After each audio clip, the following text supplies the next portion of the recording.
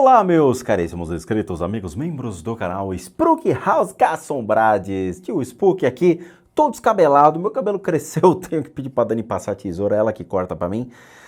Mas hoje é uma segunda-feira sempre de praxe, nós trazemos a vocês, respondendo aos inscritos, para os meus queridíssimos inscritos que têm dúvidas sobre vídeos publicados no canal.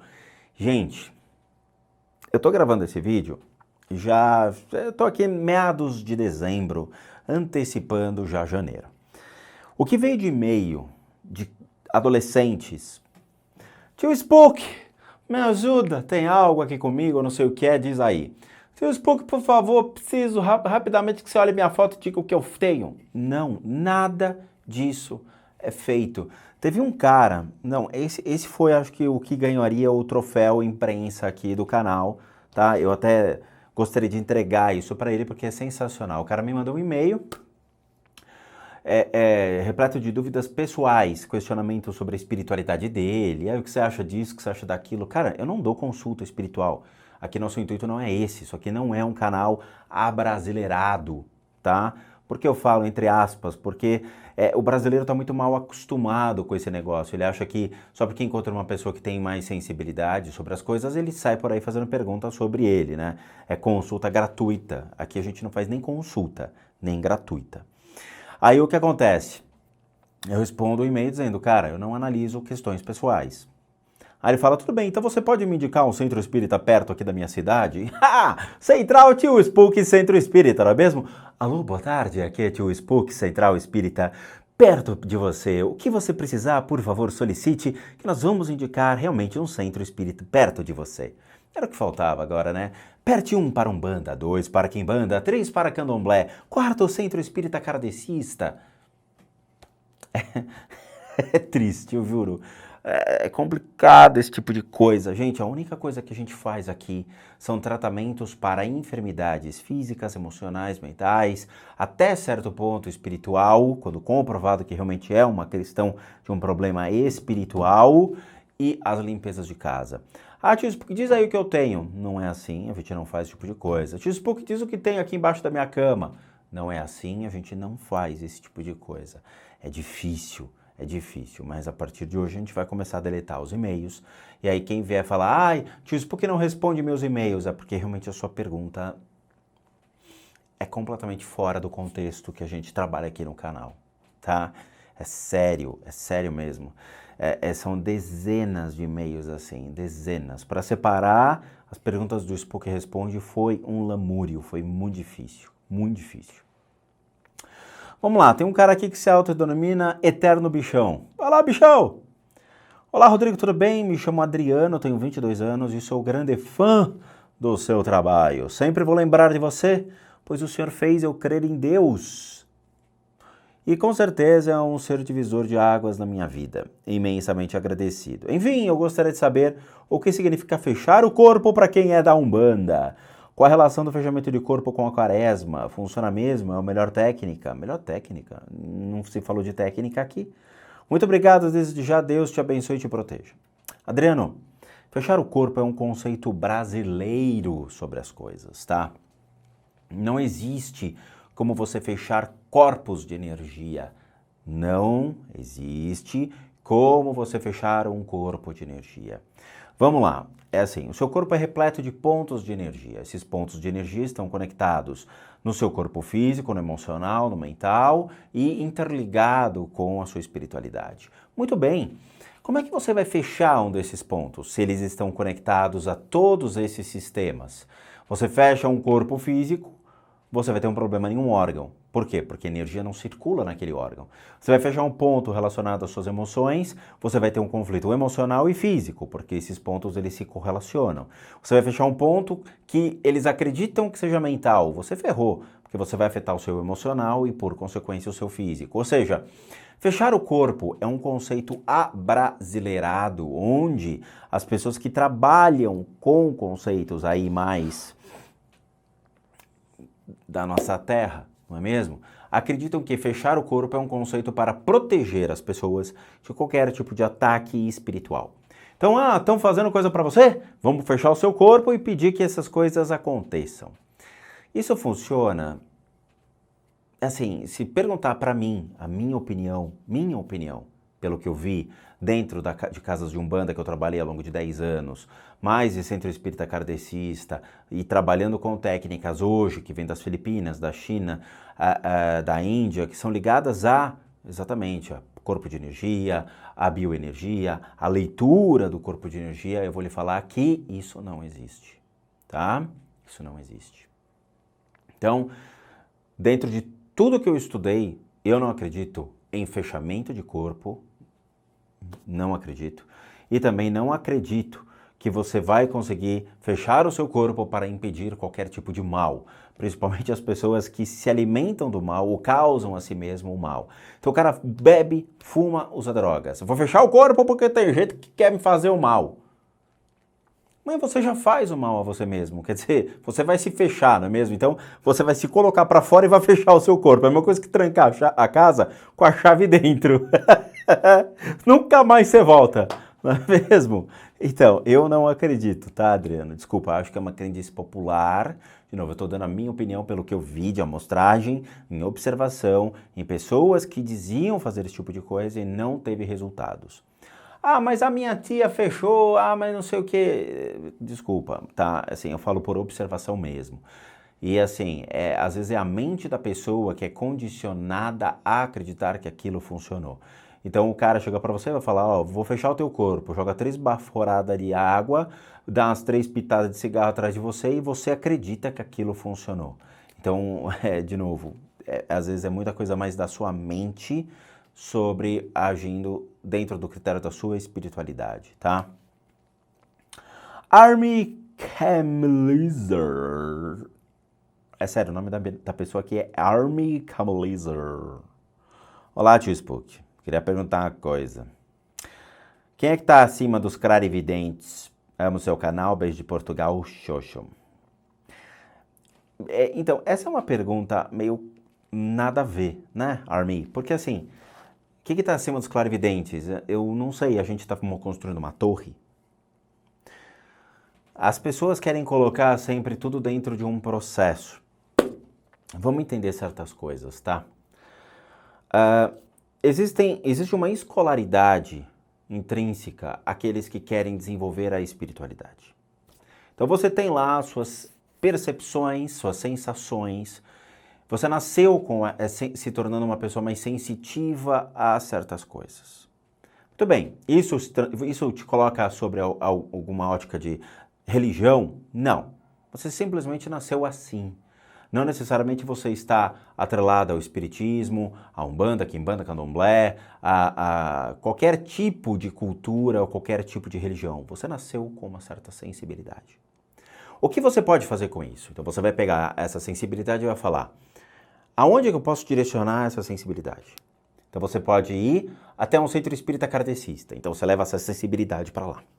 Chega na porta, fala, moço, eu tenho um negócio aqui, eu não sei o que é, você pode me auxiliar?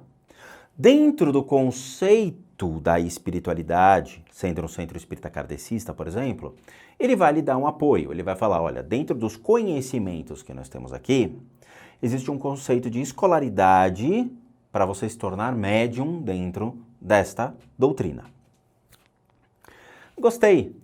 Aí você vai aprender a doutrina de Allan Kardec, você vai aprender conceitos sobre o espiritismo, você vai aprender as práticas do espiritismo até você se formar, se constituir como médium. Ponto. Morreu a história.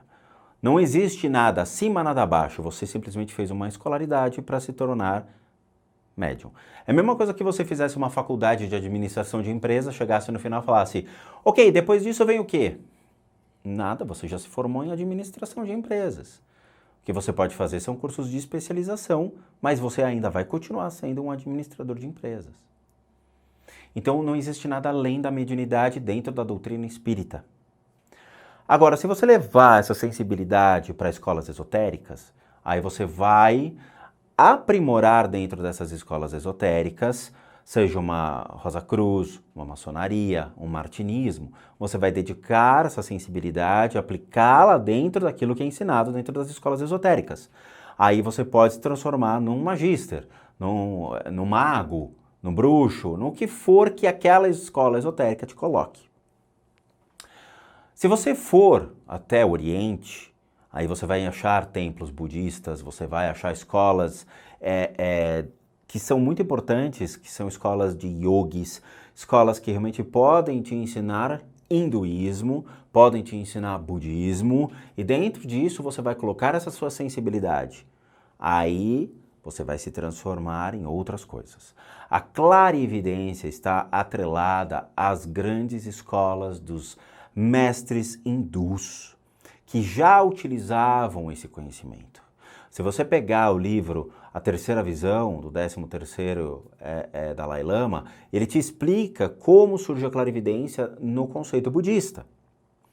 Então, a clarividência não está atrelada ao espiritismo, não está atrelada à mediunidade. Mediunidade está atrelado à doutrina espírita. Clarividência não. A clarividência vem antes disso tudo.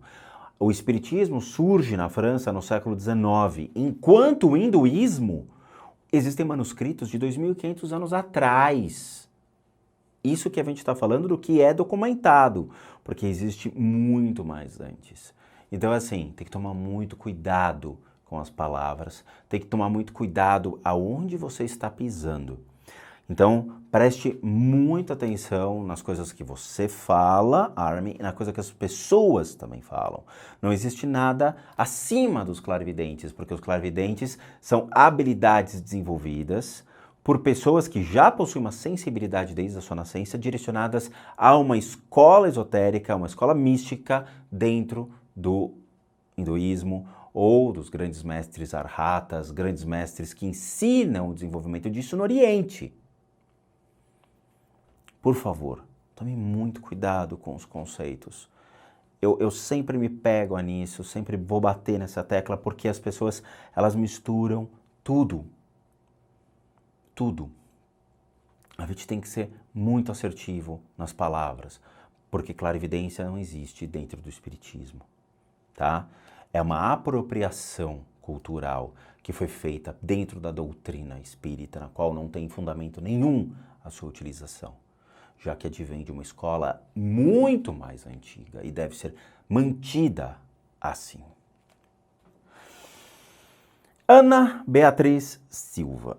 Esta é uma das perguntas mais delicadas e, assim, deveras mais preocupantes que eu já recebi em todo o canal. A priori, eu fiquei realmente... eu não sabia o que fazer. Chamei a Dani, conversamos e tudo mais, porque a gente às vezes se assusta com a forma das pessoas pensarem, mas às vezes a gente também fica preocupado porque isso é uma pergunta, infelizmente, do povo brasileiro. É muito delicado o que eu vou falar para vocês agora, e assim, não quero atacar pedras a ninguém, mas também eu acho que a gente tem que apontar certos dedos nessa questão. Então, veio uma moça, eu não vou nem falar o nome dela, tá? Veio uma moça e me perguntou assim: Olá, Rodrigo, eu tenho um questionamento acerca das pessoas deficientes neurológicas. Se a Bíblia diz que para sermos salvos nós temos que nos arrepender dos nossos pecados, como uma pessoa deficiente é salva, qual é o propósito dela na Terra? Acabei de perder minha filha recentemente por conta de uma sepse devido aos seus problemas neurológicos e físicos, e apesar de eu já ter me considerado um dia cristã e não estudei profundamente a respeito da Bíblia e nenhuma outra religião, então se eu tiver feito alguma pergunta estúpida, me perdoe, é porque seus vídeos estão me fazendo pensar a respeito da vida. Eu não vou falar teu nome para te preservar, porque é uma pergunta bem delicada. Primeira coisa, eu não entendo sua questão a respeito de deficiência neurológica e Bíblia. Eu nunca vi nada atrelado na Bíblia que condene pessoas que têm deficiência neurológica, para começar. Se você for olhar a Bíblia, assim, vamos tirar a estupidez humana sobre esse livro, tá? Porque a gente tem fanatismo, a gente tem doenças, né? pessoas que batem na Bíblia, que são capazes de apedrejar uma pessoa na rua porque a Bíblia diz para fazer isso, ou quando você pega os Salmos de Davi no final e você lê, aquilo lá diz, mate meus inimigos, destrua meus inimigos, parece que você tem que pegar uma arma e sair matando as pessoas na rua porque o Deus bíblico diz para você fazer isso. Eu tenho a Bíblia aqui, eu tenho a Bíblia do Rei James, de 1610, eu tenho a Bíblia A Plenitude, a Dani, minha esposa, é teóloga, com bacharelado em teologia e mestrado em ciências da religião, que muita gente não tem por aí, e sai batendo na Bíblia, gritando e tudo mais, né? Então, a gente trabalha com estudos. Eu tenho, mesmo eu não sendo católico, não tendo feito teologia, eu sou um praticante budista, amo budismo, sigo hinduísmo, tem coisas muito legais dentro das culturas orientais. Eu li muita coisa sobre teólogos renomados que traziam conhecimentos muito importantes para desmistificar a Bíblia. A Bíblia é um conjunto de parábolas. Esse conjunto de parábolas, eles não podem ser interpretados ao pé da letra, como muitos pastores fazem. Você tem que entender o conceito social, o conceito econômico, o conceito político que está atrelado a cada passagem bíblica. Existem até erros de interpretação na Bíblia, erros de tradução na Bíblia. Então, se você for pegar alguns teólogos, eles vão falar que Jesus Cristo não era marceneiro, ele era pedreiro, ele quebrava pedra. Por quê? Porque era uma profissão de escravos naquela época, era uma profissão de indigentes que quebravam as pedras para as vigas passarem na rua, né? As carruagens, os cavalos passarem na rua. Então, eles quebravam as pedras. Talvez a gente tenha que tomar muito cuidado na hora de ler a Bíblia, porque ler não é nada. Você tem que estudar a Bíblia com livros do lado, explicando as passagens, explicando o contexto. Muito bem. Não existe nada na Bíblia que fala sobre deficientes neurológicos. Não existe nada na Bíblia que fale sobre os deficientes neurológicos não serão salvos.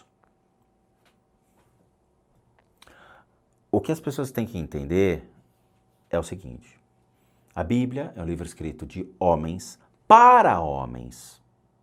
Jesus, Moisés, Abraão, todas aquelas figuras bíblicas do Velho Testamento, Novo Testamento, fazem parte de uma história, de uma parábola que foi adicionada dentro deste compêndio de vários livros, tá, que envolvem passagens ao decorrer de uma história, seja antes ou depois da existência de Cristo. E tem que tomar muito cuidado. Por quê? Novamente, Deus não escreveu esse livro. Esse livro é uma interpretação de 2000 anos atrás do que seria realmente o conceito de Deus frente a uma situação econômica, política, cultural, de uma época e de um povo. E nesse contexto, existiram formas de se pensar, existiram formas de se interpretar e de se entender situações. Essas situações não existem mais. Hoje não existe mais essa situação, ok?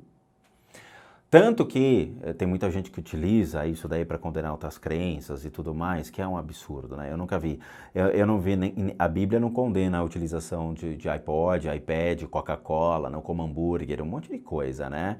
Mas também não fala que é para fazer, mas as pessoas fazem. Então assim, não entendo a sua colocação a respeito disso, porque não é cabível achar que pessoas que têm uma deficiência neurológica são condenados. Achar que uma pessoa que às vezes sei lá, é transexual, homossexual, a Bíblia condena. É achar que realmente uma pessoa que tem transtornos de bipolaridade, depressão, a Bíblia condena e não tem salvação. A salvação não está na Bíblia. A salvação está na maneira como você lida com a sua vida, o seu caráter, a sua conduta, a sua postura. Caráter, conduta, postura na vida não tem cor, não tem sexo, não tem raça, não tem gênero. Isso sine qua non dentro de um contexto da humanidade. As pessoas têm que ter caráter, as pessoas têm que ter postura na vida, as pessoas têm que ter dignidade, têm que honrar a humanidade, têm que honrar e respeitar tudo aquilo que lhe foi dado. Mas as pessoas não fazem isso. As pessoas querem tirar o que é do próximo, as pessoas querem destruir o que é do próximo, as pessoas querem fazer guerras santas, porque não existe uma guerra que foi feita em nome do diabo. Toda guerra é em nome de Deus, né? É o teu Deus que é superior ao Deus do próximo e você vai lá e quer destruir, porque o seu Deus é maior. Então, assim,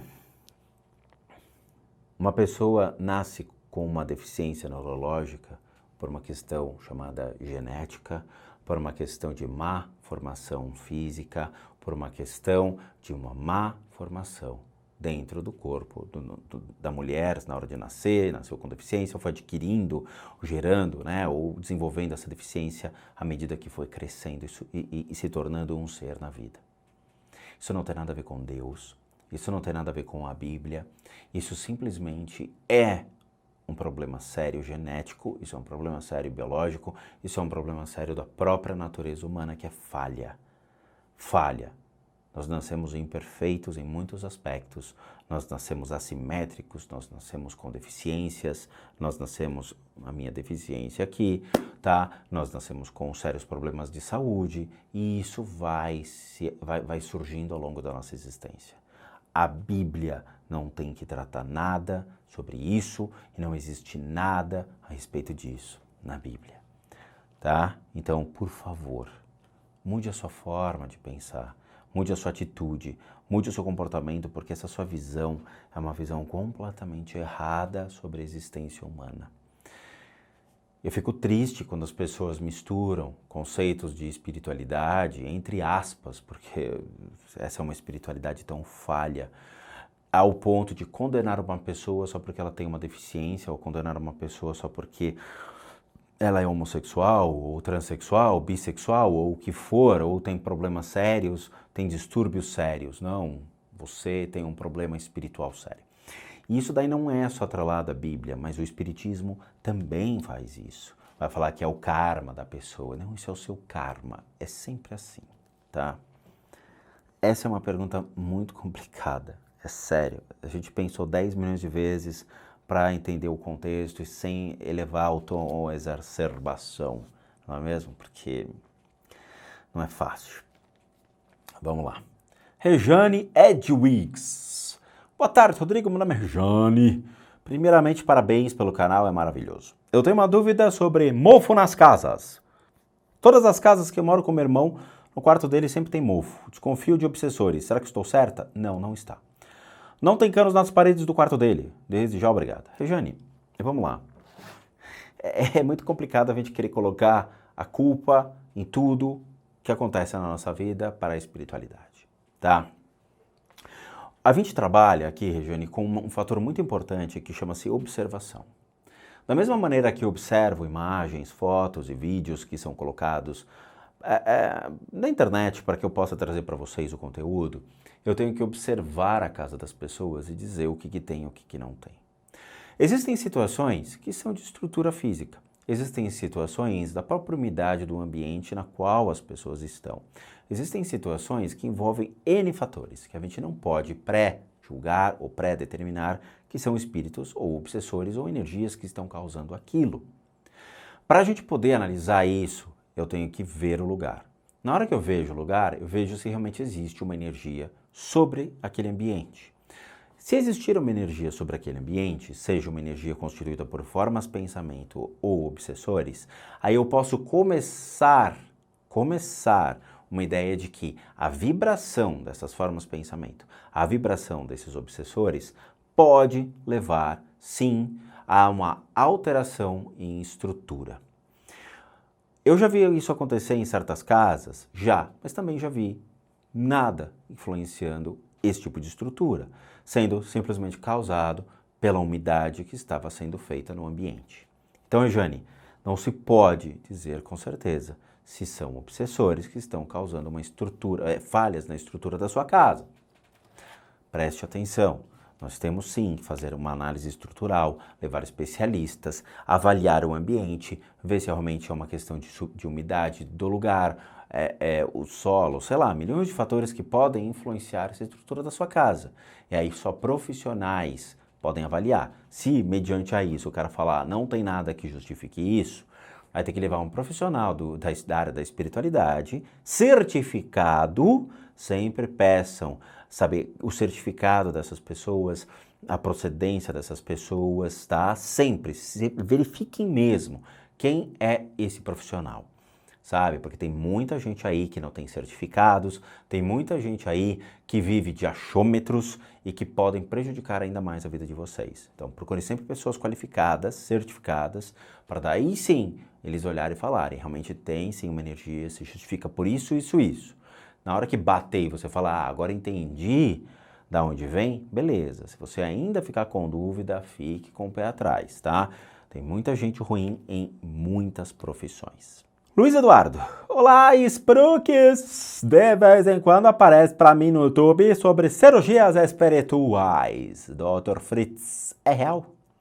Não sei, ele existiu, né? Como pode esse mesmo espírito incorporar em várias pessoas? Seria uma farsa? Luiz Eduardo, eu não conheço o Dr. Fritz, só o que eu assistia no Goulart de Andrade, que passava no SBT. Você lembra do Goulart de Andrade? Vem comigo.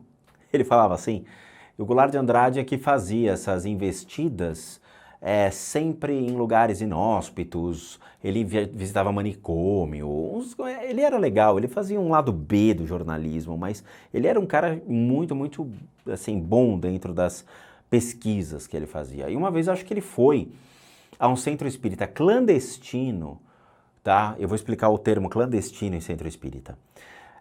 E aí ele se deparou com o Dr. Fritz. E aí o Dr. Fritz fazia cirurgias. Se não me engano, o Dr. Fritz era aquele cara que pegava um bisturi, ele abria o corpo da pessoa e utilizava certa substância para poder tratar. Era um negócio de iodo que ele colocava, ministrava sobre a pessoa e tudo mais. E tirava uns berego-dego do corpo da pessoa. Tinha uns negócios assim, né? E claramente, esse Dr. Fritz, ele poderia... É como se fosse uma consciência, tá? Então, vários médiums poderiam se conectar a essa consciência e utilizar as percepções dessa consciência para poder trabalhar. É como se fosse uma egrégora, né? Ah, vamos trabalhar sobre a egrégora de Bezerra de Menezes. Mais ou menos isso. Só que o problema é, por que era um centro espírita clandestino? Porque centros espíritas não têm autorização para fazer esse tipo de procedimento, mesmo que seja não cirúrgico.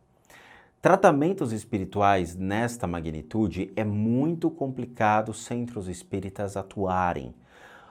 Por mais que eles possam trabalhar com técnicas de passe magnético ou outras técnicas de reiki para poder curar certas enfermidades, fazer incisões cirúrgicas ou mesmo delimitar que aquilo seja, vamos dizer assim, um hospital espiritual claro, onde as pessoas podem ir ao invés de ir num hospital real, já complica a situação.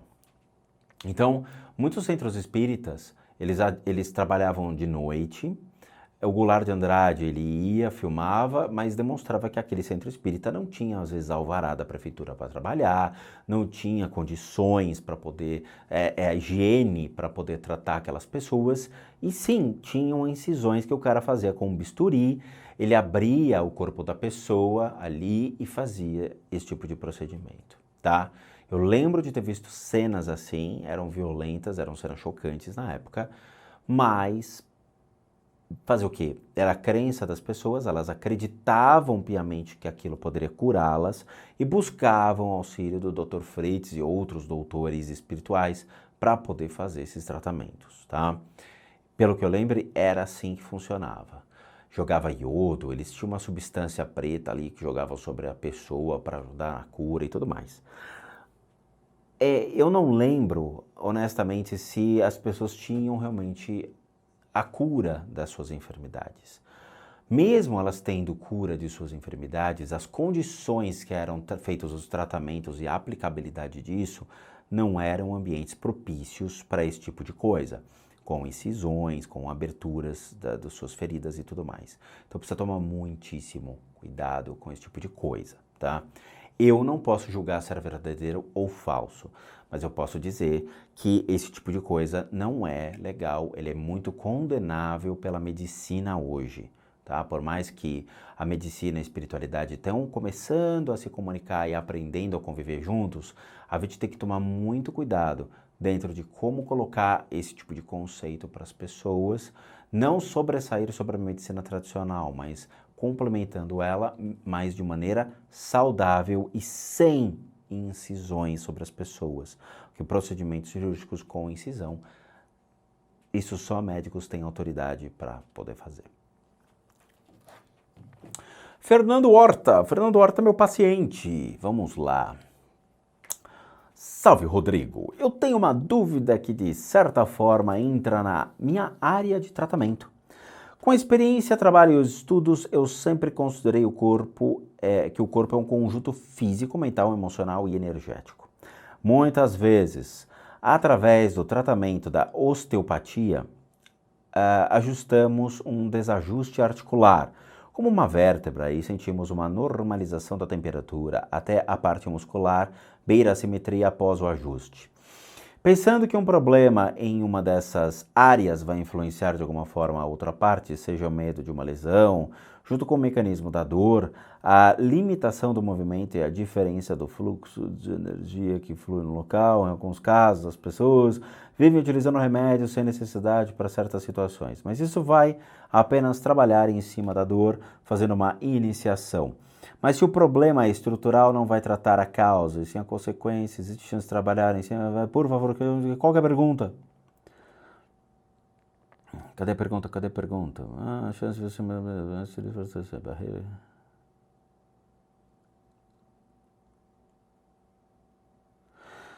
Como você vê o tratamento de um corpo de forma geral?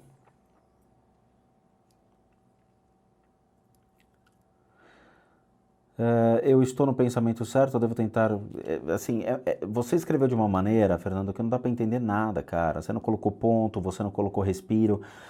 Você fez uma linha aqui absurdamente gigante de texto. É difícil entender o que você colocou, cara.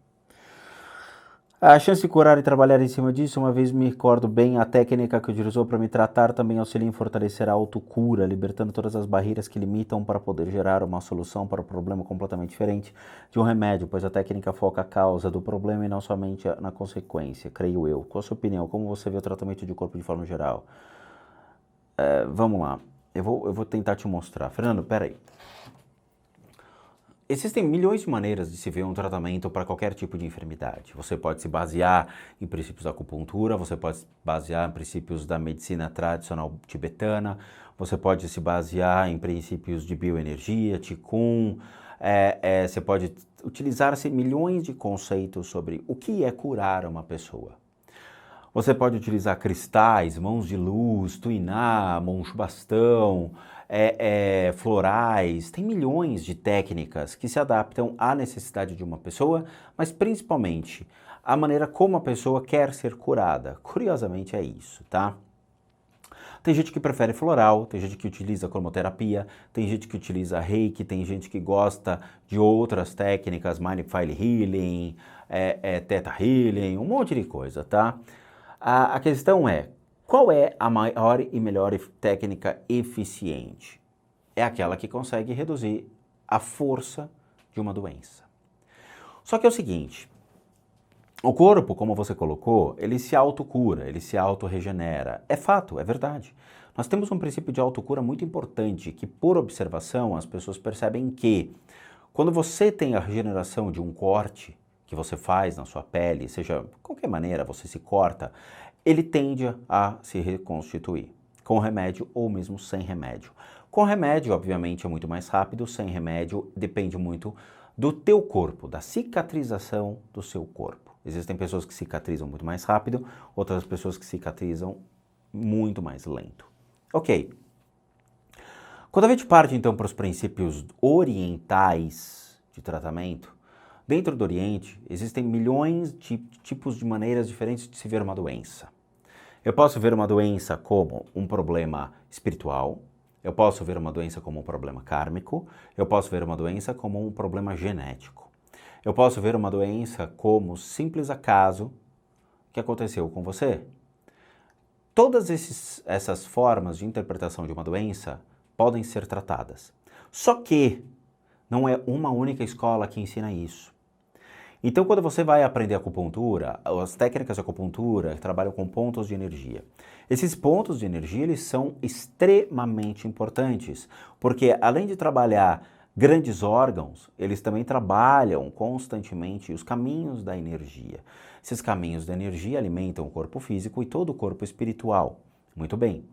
É muito legal a acupuntura? Sem dúvida nenhuma. Tem muito trabalho científico comprovando a sua eficácia na área. Mas eles não trabalham com coisas além. A espiritualidade não é uma especialização dentro das técnicas de acupuntura. Então, se ele trata você e você não se cura, ele vai falar para você que você tem uma enfermidade que vai além da capacidade dele de poder lidar com isso. Então, ele vai te indicar um especialista para apaziguar as energias que estão sobre você. Então existem, por exemplo, grandes mestres do budismo tibetano que acreditam realmente que existem influências de seres espirituais sobre o indivíduo. Existem seres que são fenômenos internos e externos dentro da espiritualidade.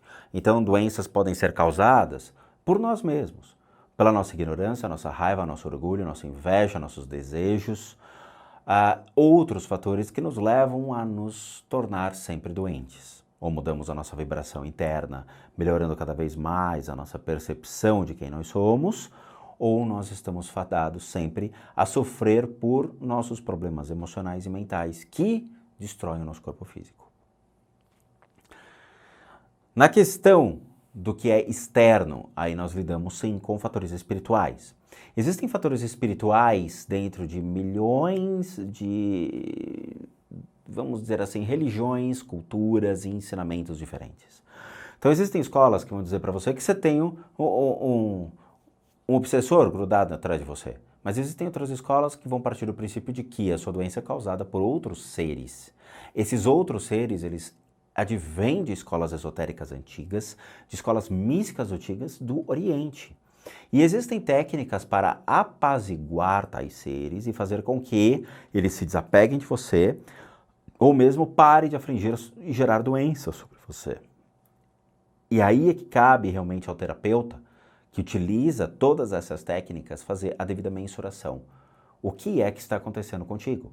Qual é o tipo de energia que está te afetando? Qual é o tipo de ser que está sobre você?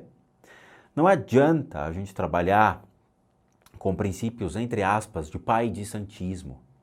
Porque o pai de santismo, ele vai te cometer em tentativas e erros. Ah, eu acho que isso aqui vai adiantar. Ah, eu acho que isso aqui vai adiantar. Tenta isso aqui agora. Agora vamos por esse lado. Não é chutômetro. A gente tem que ter uma ciência mais exata para poder trabalhar as enfermidades. E aí é que realmente vem a importância das pessoas aprenderem em escolas que têm fundamento, a ensinamentos reais, a pessoas que têm esse conhecimento para poder ser assertivo, entender que cada doença tem uma forma de tratar, cada doença tem um ponto específico, cada doença tem uma correlação sobre o indivíduo e aí sim sanar rapidamente isso. E é isso que nós fazemos aqui. Nós não trabalhamos com, entre aspas, pai de santismo. Nós buscamos sempre pedir para as pessoas laudos que comprovem a sua enfermidade. Primeira coisa, você tem laudo médico, você tem acompanhamento médico, você tem realmente alguém que te olha, que te segue, que te acompanha, seja um psicólogo, um psiquiatra, um médico de confiança da família. Nós pedimos sempre laudos antes e depois dos tratamentos, como vocês viram, a gente tem lá o depoimento dos inscritos, pacientes, que realmente nos trazem os laudos e comprovam o que aconteceu antes e depois das sessões que nós fazemos. Aqui nós não trabalhamos com o efeito placebo, no sentido de, você vai ser tratado na data tal, no dia tal. Não. A pessoa nunca sabe quando vai ser tratada. Isso que é legal. Então, todos os tratamentos aqui, eles têm um prazo, então até 2, 3, 4 meses no máximo, você vai receber seu tratamento. Aí você vai receber um e-mail ao longo desse período dizendo, essa noite você foi tratado. E geralmente o e-mail que você recebe é o horário que você foi tratado. 2h30, 3 horas, 4 horas da manhã.